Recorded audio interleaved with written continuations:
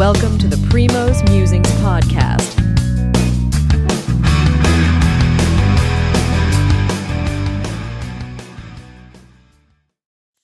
Good morning. This is Shri here, and we're right now on a break with the Sweet 16 coming up on Thursday and Friday.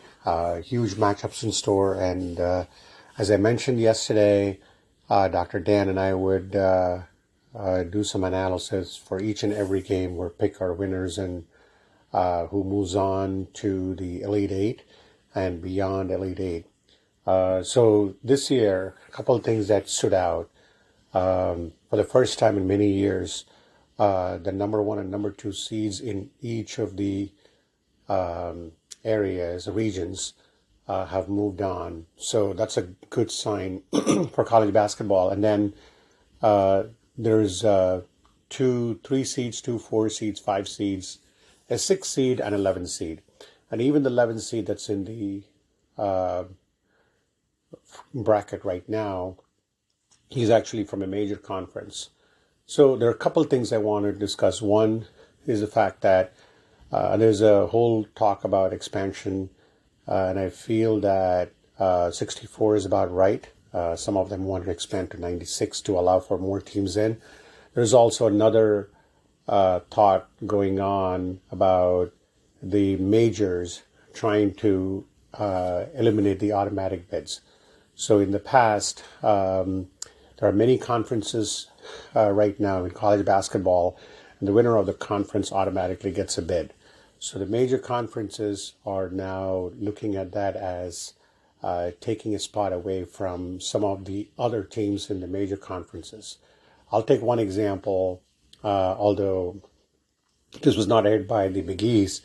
The Big East only sent 3 teams to the tournament, while they're very deep. I mean, Seton Hall, St. John's, Providence was let off, but there were other teams that got in based on their automatic bids. Again, very interesting thought, but I still feel, my opinion is that you have to get the at-large bids in here, the automatic conference winners in here. I think that makes for great drama. One of the things, and not this year, one of the things in the past is that you saw a lot of the teams, Cinderella teams, whether it's St. Peter's, Loyola, even Florida Atlantic from last year, definitely make a deep run. George Mason once upset UConn in the Elite Eight and moved on to the Final Four. So when you look at it, I believe that that should stay the way it is. The major conferences will have to earn their right by playing a good schedule. But I don't believe that increasing it would allow other major teams to get in. I do think that leaving, there needs to be some change there.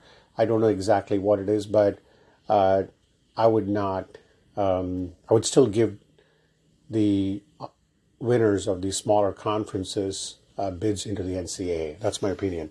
The second one is the fact that this is a whole one and done scenario where John Calipari perfected this, where he would get a bunch of players ready to go to the NBA, get them for 1 year, and then they would make a deep run in the tournament. So when you look at it, he made a name for himself by making big runs with freshman-filled starting fives. 5 seasons from 2011 to 15, Kentucky made 4 Final Fours and won 1 championship. But one thing that has happened over the past few years, and also with the COVID, the eligibility has been extended for 1 more year, is that colleges now have older players, and they are making a deep run. The one and done scenario that was, and again, this kind of changes up and down. The one and done scenario is no longer something that college coaches can rely on. Even when you look at all the other teams, most of the teams have very older players on their teams right now. Even a team like UConn, which has a great freshman class this year, with Castle and Jalen Stewart, they also have a veteran in Cam Spencer who transferred from Rutgers through the NIL portal, and then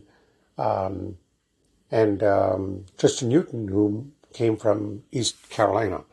And when you look at it, even San Diego State, Jaden Ledee has, on the older players. Same thing with Zach Edey. You have a senior who's playing there. So when you look at it, there's one stat which I saw which really blew my mind. The North Carolina Tar Heels have a starting lineup whose average age is 22 years.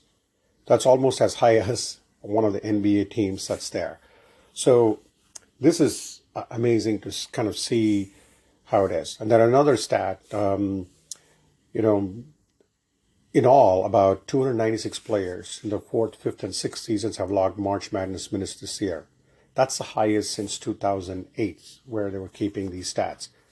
So the college basketball has shifted with the NIL and the portal has shifted from younger players, freshman class, Fab Five, to more older players. So that's another trend in college basketball I wanted to highlight.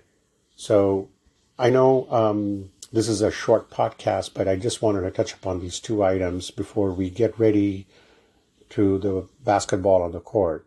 Hopefully you enjoy it. Thank you for listening. Thank you for listening. Primo will be back soon.